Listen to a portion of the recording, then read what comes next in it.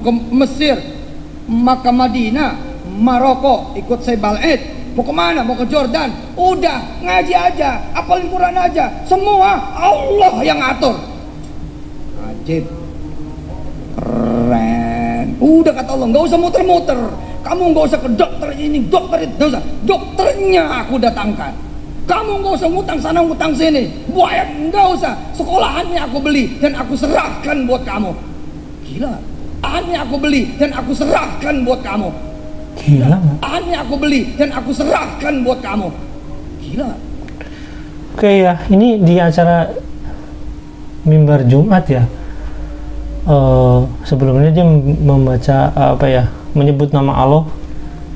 Terus dia menyebut kata gila, nggak? Itu menurut saya itu nggak pantas banget, dan itu suatu apa ya, ketidaksopanan terhadap Sang Khalik. Karena bahasa gila itu walaupun misalkan adat, apa bukan adat ya, mungkin kebiasaan gitu, kebiasaan di orang-orang, saya nggak tahu ini orang mana Yusuf Mansur, karena nggak, kalau menurutnya orang Betawi. Tapi kan orang Betawi itu kalau misalkan dalam hal-hal yang positif itu dia pasti bicaranya positif. Ini kan bukan sedang bergaul ya, kalau bergaul gila lu bro itu mah nggak masalah ya, karena kan cuma sekedar candaan. Ini kan dia sedang berkhutbah dan ini bukan candaan, walaupun ceritanya ini mungkin candaan, tapi kan khutbahnya itu kan ada etikanya ya begitulah.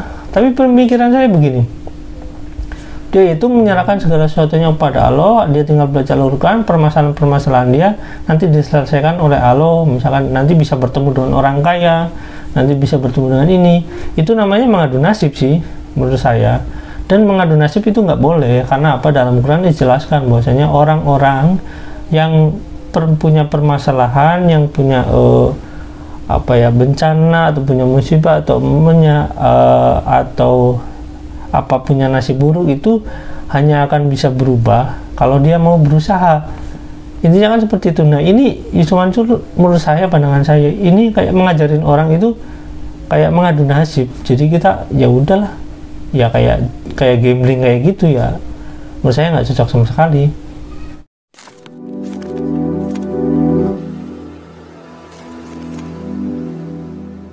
Assalamualaikum warahmatullahi wabarakatuh, welcome back to my channel.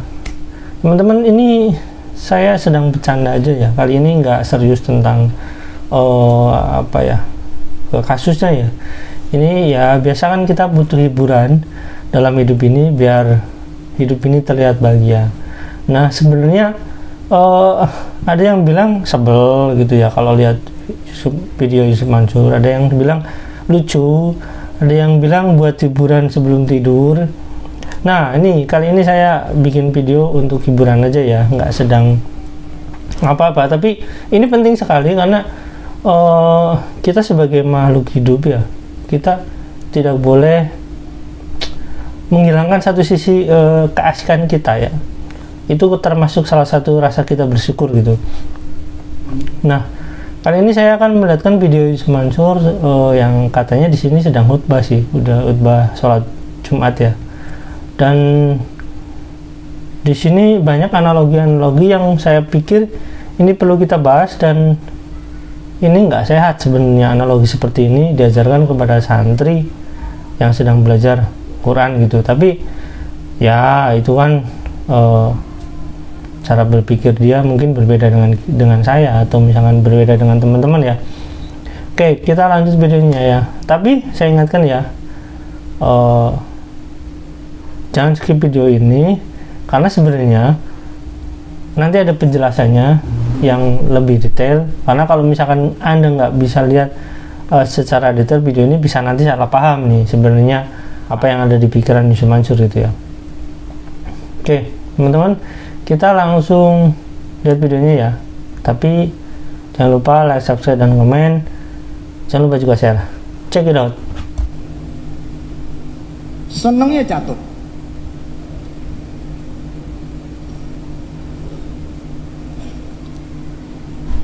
Seberapa blow on-nya saya ketika saya berusaha menyenangkan orang kaya itu, mau menjadi temennya main catur, maka dia akan senang tertawa terbahak-bahak ngelihat saya blow on.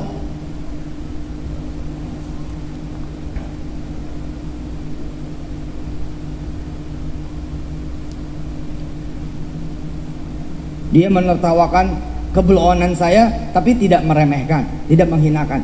Paham ya? Demen gitu. Salah nih, salah jalan nih. Ya bego nih gitu. Bodoh nih. Tapi kita jadi nyenengin si orang kaya. Fungsinya apa? Ntar kita lihat.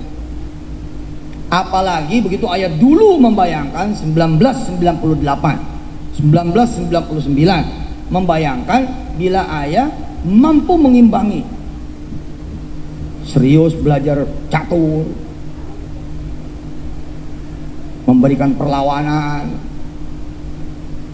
dia juga berusaha gitu loh, nggak main gampang aja ngalahin. Itu dia akan seneng karena ketemu lawan sepadan misalnya. Kok dibawa ke situ? Ya ini terkait dengan limadza ahfazul Quran. Nanti kalian akan ngantuk-ngantuk ngapalin Quran,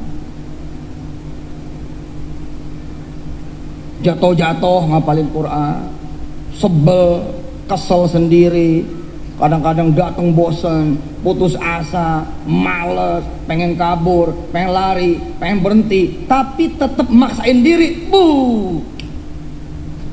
Hebat itu.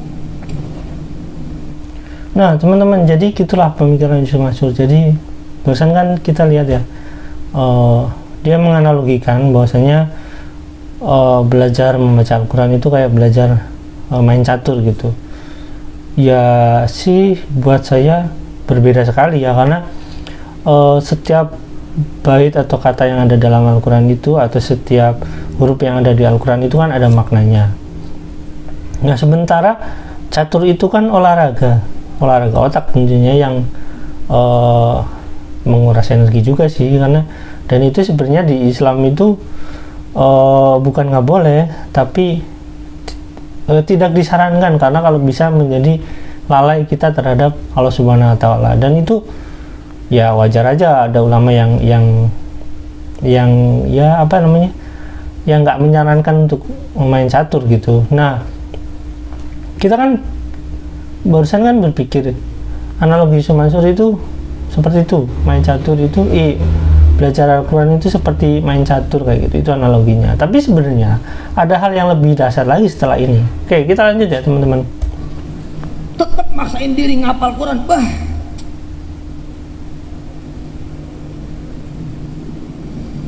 contohnya catur. Dari dulu tuh contohnya catur. Asani, Catur Misi, Pak Budi, kawan-kawan semua masyarul muslimin rahimakumullah. Saya mikirnya ke situ. Ini saya harus datang kepada Allah. Nah kan, harus datang kepada Allah. Saya harus datang kepada Allah sesuai dengan Nabi Ibrahim bilang, inni zahibun ila rabbi sayahdi. Ini harus datang ke Allah nih, supaya Allah ngasih petunjuk dan ngabulin, ngasih tahu dan nunjukin.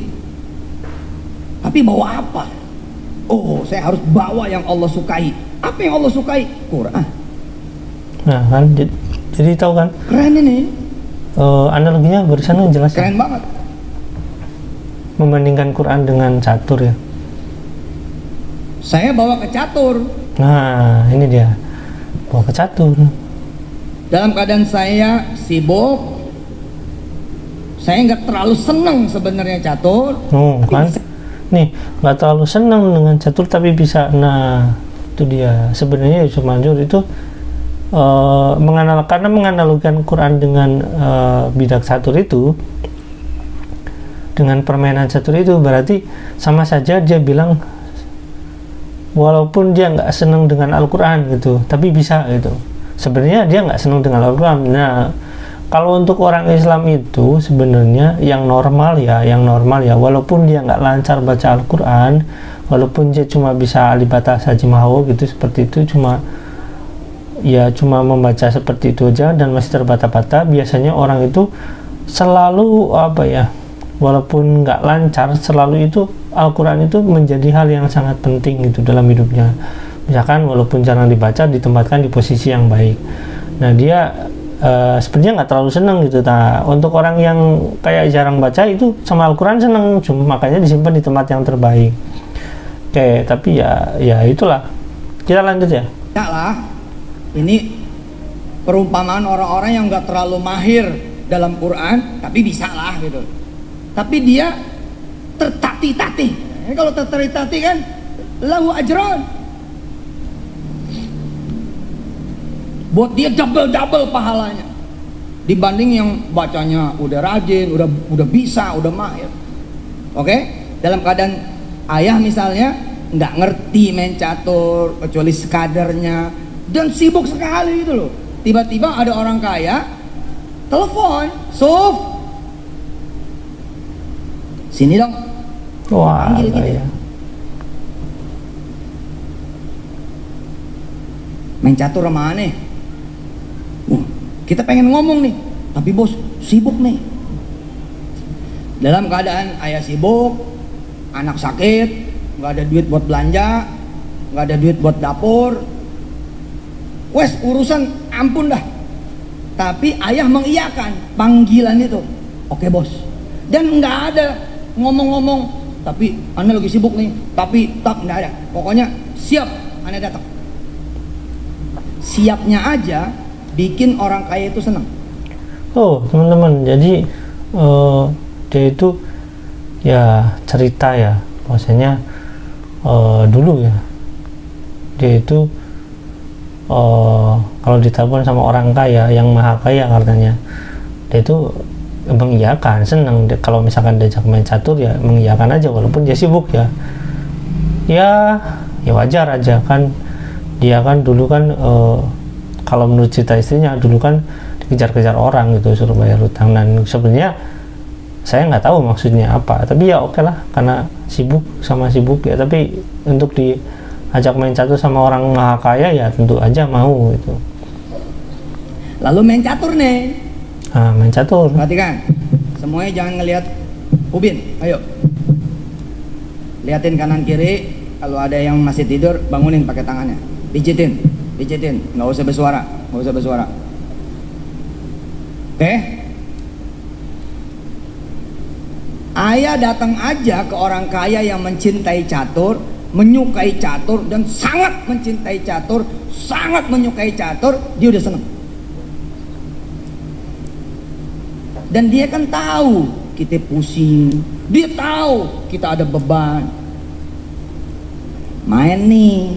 Nah, ini nih cerita tahun 98. Nah, Cerita tahun 99. ini cerita tahun 98, 99 yang katanya Yusuf Mansur itu karena menurut istri pada tahun 2000-an waktu ketemu dia itu Yusuf Mansur baru keluar dari penjara katanya, sibuk di penjara tapi bisa bermain catur, tapi ya nggak tahu lah. Oke, tapi ini kan lagi cerita ya, cuma sekedar cerita ya, tapi tunggu kelanjutannya biar nggak salah paham ya. Limada ahfadzul Quran. Kenapa saya ngapal Quran? Karena saya punya doa-doa, kebutuhan, keperluan, cita-cita, impian yang harus dikabul oleh Allah, yang pengen dikabul oleh Allah. Mainlah saya nih, main catur. Si orang kaya ngelihat nih saya pusing. Oke, bentar. Ini analoginya jadi rancu nih. Dia belajar Al-Quran karena punya doa-doa nih. Agar bisa ya jadi kaya, itu bisa punya segalanya atau bagaimana. Ibaratnya dia punya doa-doa. Nah, terus kemudian dia diajak main catur sama orang kaya ini. Ya, terus kita lanjut ya. Sambil jalan gitu, anak gitu, jalan nih, deng. Dia nanya, muka lu kusut amat gitu. Oke, ini analoginya manusia ya, karena bertanya kepada manusia. Ini ayah 98, 99 mikirnya kayak gitu. Terus kita sambil jalanin anak juga, ya gitulah bos, namanya orang susah. Dijalanin lagi nih peluncur, apa yang dipikirin? Ayah jalanin kuda, anak sakit bos, dijalanin lagi kuda nih, ntar gue kirim dokter aja ke lu. Seperti itu. Dia lihat saya lagi mikir catur, dia telepon, dok, bisa ke rumah teman saya, anaknya sakit tuh di ujung sana. Bisa bos, kirim Sherlocknya aja. Oke, gue kirim ya, semua biaya dan lain-lain udah biar saya saja. Kalau gimana-gimana bawa aja ke rumah sakit, tempatin di ruang VIP, semua tanggungan saya. Tutup, dong. Nanya lagi sambil jalanin yang lain, apalagi terus kita jalan juga. Ya apa ya, di rumah nggak ada beras, telepon lagi, woi kirim beras 1 ton, sak ikannya, sak dagingnya, sak telurnya, semua tagihannya kirim ke saya. Apalagi anak belum bayaran, ada berapa anak yang belum bayaran?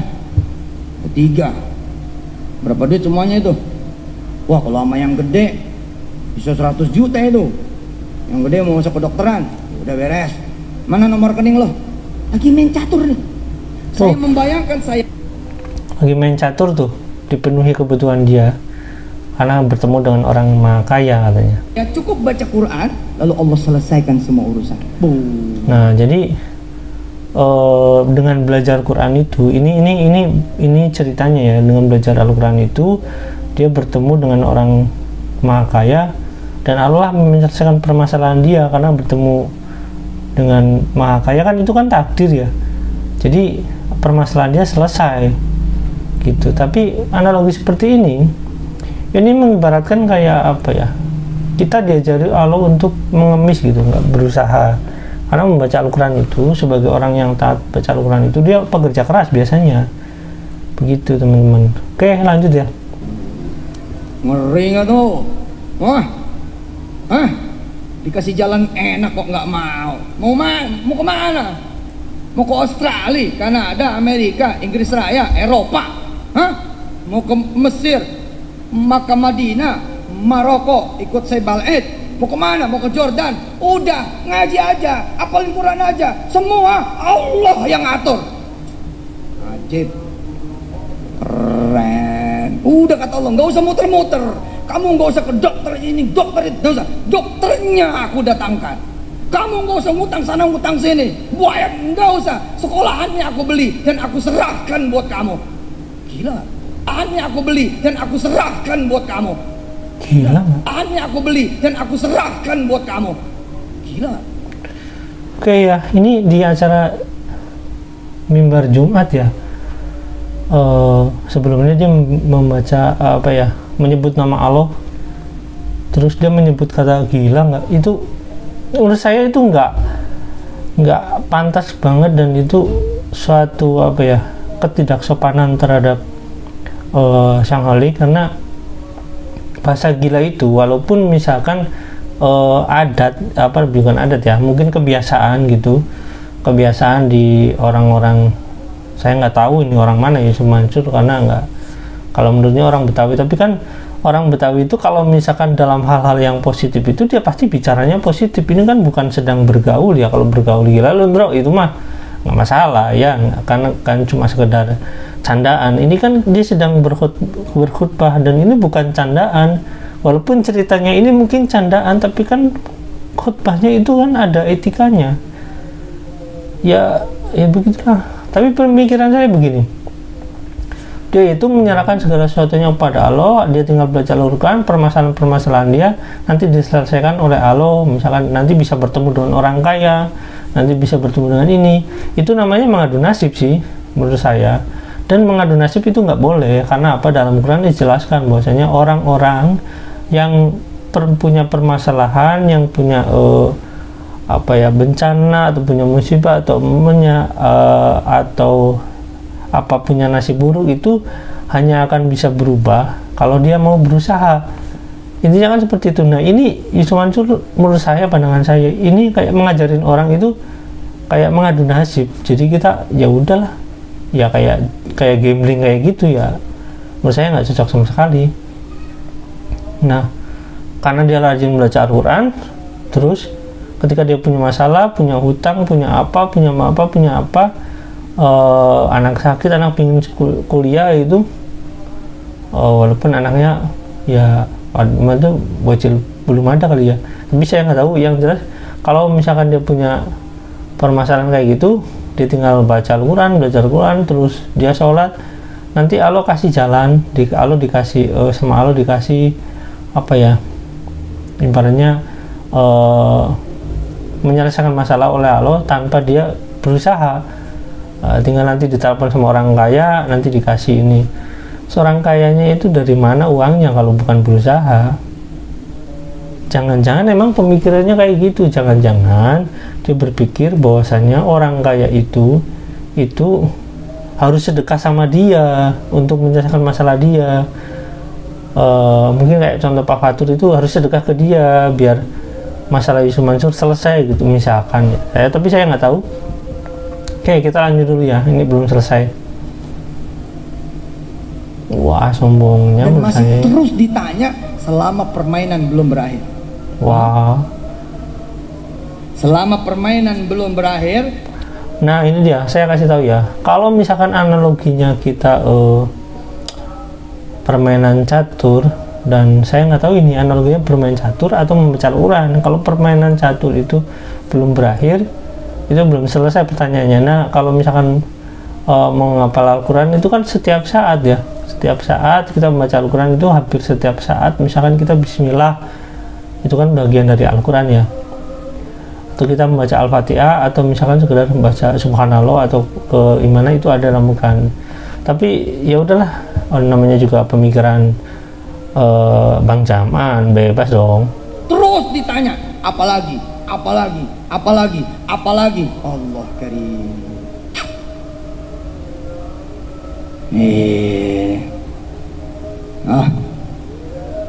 Harus disampaikan nih kepada dunia. Kenapa lu harus ngapal Quran? Bilangin, punya doa gak? Punya cita-cita gak? Punya impian gak? Kalau punya, Quran udah pas itu udah.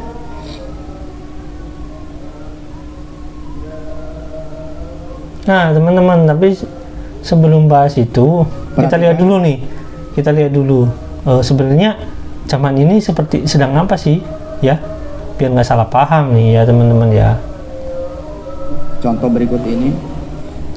Jadi dari dulu ayah udah punya imajinasi gitu, punya bayangan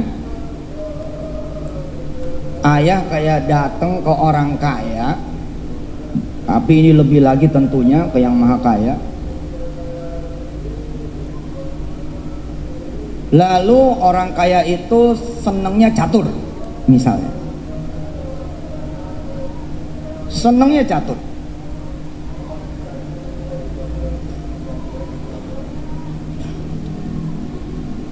Seberapa blow on-nya saya ketika saya berusaha menyenangkan orang kaya itu, mau menjadi temennya main catur, maka dia akan senang, tertawa terbahak-bahak ngelihat saya blow on. Nah, jadi gini maksudnya, analogi Mansur itu pada saat dulu itu, misalkan cerita pada saat dulu, dia itu selalu membayangkan nih, dia itu bermain catur dengan orang maha kaya. Ibaratnya walaupun dia nggak bisa bermain catur dengan baik, tapi tetap maha kaya ini senang. Nah, itu kayak mengibaratkan kita bermain catur dengan orang yang maha kaya itu, ibaratnya seperti kita belajar Al-Quran menghadap kepada Allah. Jadi kayak ya gambling kayak gitu ibaratnya. Tapi dari cerita yang tadi saya ceritakan itu ternyata cuma bayangan dia. Nah, menurut saya kesimpulannya, jadi cerita-cerita yang ada Yusuf Mansur itu mungkin dia itu semuanya cuma sekedar membayangkan. Jadi selama ini tebakan Anda bahwa Yusuf Mansur naik 1000 daun jadi itu cuma cerita dia gitu, cuma membayangkan gitu. Tapi kadang-kadang dia bawa Allah Subhanahu wa taala dan dia wallahi gitu. Ya. ya walau alam lah, ya sudah, intinya seperti itu teman-teman ya, kita hiburan dulu. Kalau yang nggak ketawa ya nggak apa-apa sih, karena khotbah Jumat itu bukan untuk diketawai, tapi ya kita kan boleh mengkritisi ya. Sebagai seorang ulama harusnya nggak seperti itu gitu, nggak boleh nyebut gila di atas mimbar Jumat. Itu bukan etika bukan etika umat Islam, dan itu menurut saya nggak sopan sama sekali ya, membawa nama Allah. Oke, terima kasih, jangan lupa like, subscribe, dan komen, jangan lupa juga share. Jangan lupa, nanti saya masih investigasi masalah Python ya. Tapi sebenarnya saya udah masalah tabung tanah sudah ada investigasinya. Cuma ya nantilah kita beruntut satu-satu dari tahun yang terdahulu sampai tahun-tahun yang sekarang nantinya ya. Biar lebih tersistematis gitu. Oke. Wassalamualaikum warahmatullahi wabarakatuh. Bye.